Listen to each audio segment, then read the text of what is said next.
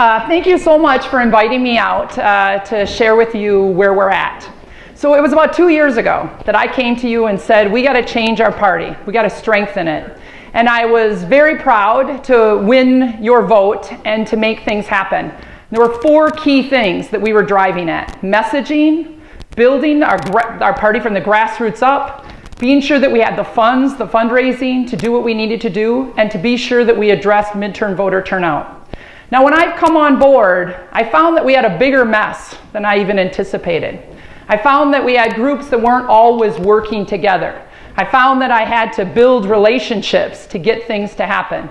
And so these are the things we've accomplished, and some of those relationship building things are the most important parts and the things that are going to make us have success in the future. So I'm here to give you an update.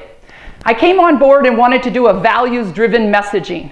I was bringing in people. I actually set up a seminar to do a values-driven messaging package. We had pulled in messaging from Planned Parenthood, League of Conservation Voters, some of our unions, and we were going to present that to the entire party. I got massive pushback. I had from the top saying, hey, we create the message for the party. The party chair does not create the message. We create the message. It created such a turmoil that I took a step back to say, you know what, this is a presidential election. We'll let our presidential and our top tier candidates create that messaging. We're going to work with the candidates that have been struggling to get good messaging. So we moved ahead and we hired a candidate services team, 2 full-time staff members that I fundraised for.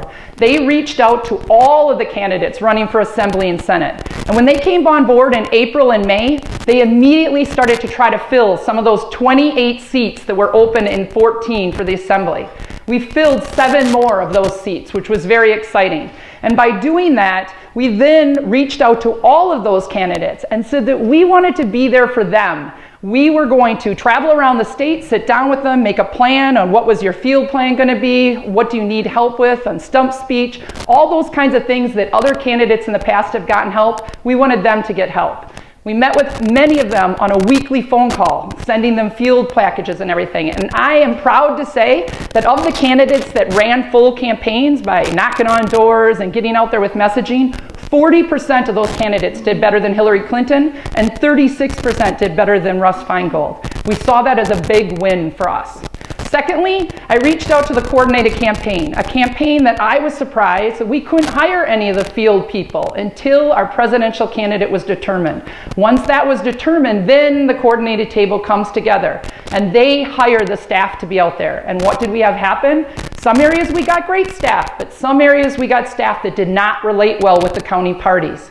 Immediately, I started reaching out to people saying, we got to do this differently in 2018. And I am very proud to say that we have already gotten our coordinated table together. We don't even have a gubernatorial candidate. But Tammy Baldwin, our congressionals, and everyone has come together. We have hired a state organizing director. We have hired her 6 staff members, 5 regional organizers, and a constituency outreach director. And those people were hired with people from our county parties and our congressional districts, members of our party being part of the interviews. We're very excited about the staff that we have. We have never had a staff like that on ground, and I know that's going to make a big difference in our elections because we're going to have people on the ground who know the areas that they're in and are meeting the people that really can organize and create those neighborhood activism. Third thing is about fundraising.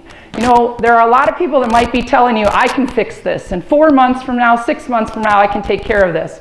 But all of these things take money. I would love to have ward captains in every single ward, but I have heard 3 areas in our state last year telling me they're going to do that, and every one of them have struggled. And why? Because they don't have the resources coming from the state to help them do that. They're not getting them literature so that they have something to go around their community and drop off. They need help. I've raised over $1 million in the last year and a half.